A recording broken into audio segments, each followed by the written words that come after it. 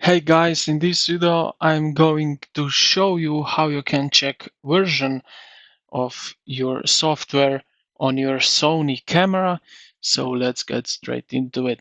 Now, what you need to do on your camera, you will see the button menu.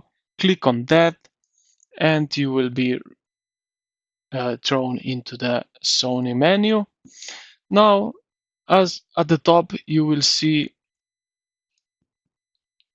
6 options of a menu. So the first one, quality image, movie, network, playback, and setup. So go to the setup.